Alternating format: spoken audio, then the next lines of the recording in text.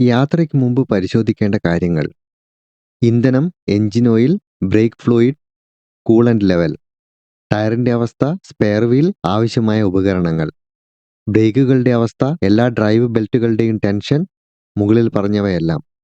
Answer വരുന്നത് മുകളിൽ പറഞ്ഞവയെല്ലാം. അടുത്ത ക്വസ്റ്റ്യൻ നോക്കാം. റിവേഴ്സ് ഡ്രൈവിംഗ് അനുവദനീയമായത് എപ്പോൾ?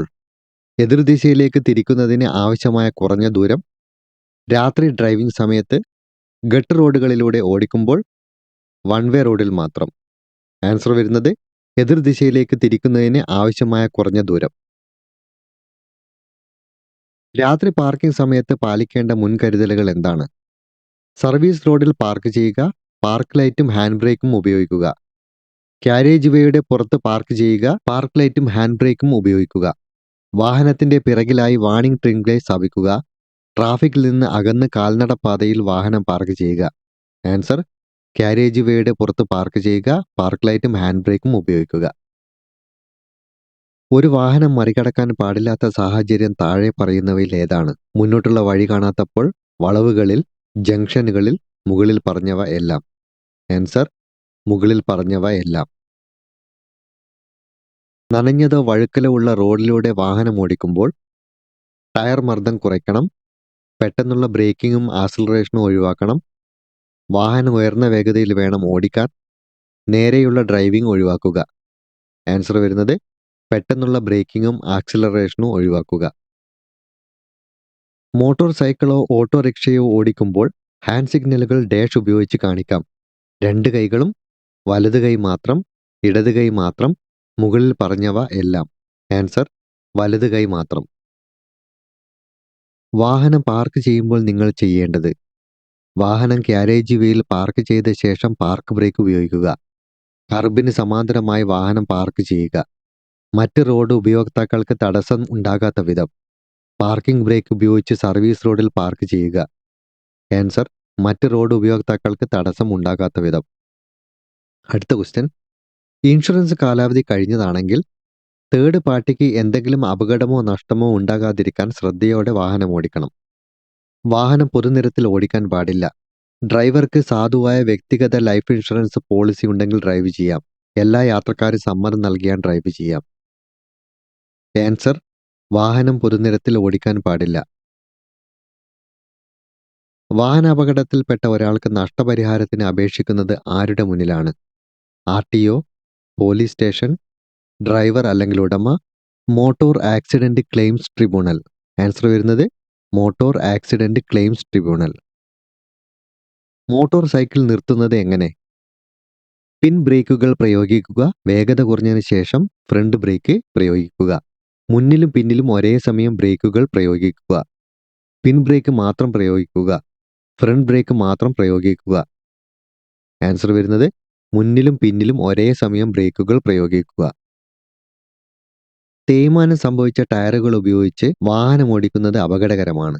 കാരണം വാഹനം വേഗത്തിൽ സ്പീഡ് എടുക്കുന്നു. ഇതിനായി റോഡ് ഗ്രിപ്പ് കുറവാണ്. ഉയർന്ന ഇന്ധന ഉപയോഗം, ഉയർന്ന വാഹന വൈബ്രേഷൻ. ആൻസർ ഇതിന് റോഡ് ഗ്രിപ്പ് കുറവാണ്.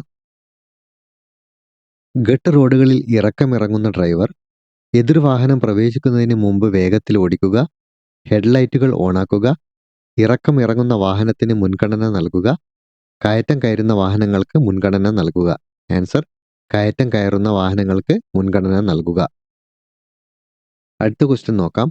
ആൻറ്റി ലോക്ക് ബ്രേക്കിംഗ് സിസ്റ്റം ചക്രങ്ങൾ ലോക്ക് ചെയ്യുന്നതിൽ നിന്ന് തടയുന്നു. ഇത് ടയറുകൾ ഡാഷ് ആകുന്നത് ഒഴിവാക്കുന്നു.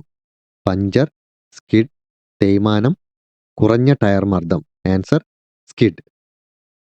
റിയർ വ്യൂ മിറർ കോൺവെക്സ് ആയിരിക്കുന്നത് എന്തിന്? വിശാലമായ കാഴ്ച മേഖല നൽകുക. ബ്ലൈൻഡ് സ്പോട്ട് പൂർണ്ണമായും ഒഴിവാക്കാൻ, പിന്തുടരുന്ന വാഹനത്തിന്റെ വേഗത നിർണ്ണയിക്കാൻ, മുകളിൽ പറഞ്ഞവയെല്ലാം. ആൻസർ വിശാലമായ കാഴ്ച മേഖല നൽകുക. ഒരു മോട്ടോർ വാഹനത്തിൽ മൾട്ടി ടോൺ ഹോണുകൾ ഘടിപ്പിക്കുന്നത് അടിയന്തര ആവശ്യങ്ങൾക്ക് മാത്രം അനുവദിച്ചിരിക്കുന്നു.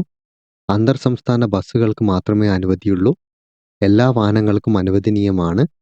ശബ്ദമലിനീകരണത്തിന് കാരണമാകുന്നതിനാൽ നിയമപ്രകാരം കുറ്റകരമാണ്.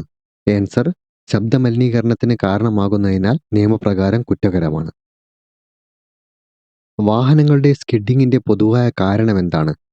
ടയറുകളുടെയും റോഡിൻ്റെയും മോശം അവസ്ഥ, ഡ്രൈവറുടെ തെറ്റ്, പെട്ടെന്നുള്ള ബ്രേക്കിംഗ്, മുകളിൽ പറഞ്ഞവയെല്ലാം. ആൻസർ: മുകളിൽ പറഞ്ഞവയെല്ലാം. എന്താണ് ബ്ലൈൻഡ് സ്പോട്ട്? റിയർ വ്യൂ മിററുകളിൽ കാണാത്ത പ്രദേശം, ഹെഡ്ലൈറ്റുകളാൽ കാണപ്പെടാത്ത ഒരു പ്രദേശം, വാഹനത്തിനുള്ളിലെ റിയർ വ്യൂ മിറർ കൊണ്ട് കാണപ്പെടാത്ത ഒരു പ്രദേശം, അപകട നിരക്ക് കൂടുതലുള്ള പ്രദേശം. ആൻസർ: റിയർ വ്യൂ മിററുകളിൽ കാണാത്ത പ്രദേശം.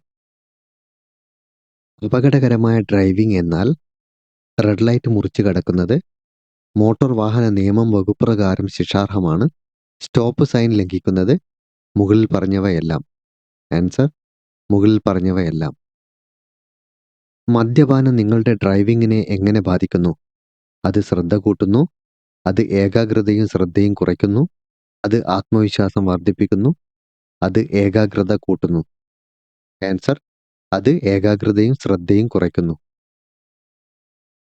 നിങ്ങൾ ഒരു വലിയ വാഹനത്തിന് പുറകെയാണ് വാഹനം ഓടിക്കുന്നത്. നിങ്ങളുടെ മുന്നോട്ടുള്ള കാഴ്ച എങ്ങനെ മെച്ചപ്പെടുത്താം? കഴിയുന്നതും വേഗം മറികടക്കുക, ഇടത്തോട്ട് നീക്കുക, കൂടുതൽ പുറകോട്ട് നിൽക്കുക, നിങ്ങളുടെ വേഗത വർദ്ധിപ്പിക്കുക. ആൻസർ: കൂടുതൽ പുറകോട്ട് നിൽക്കുക.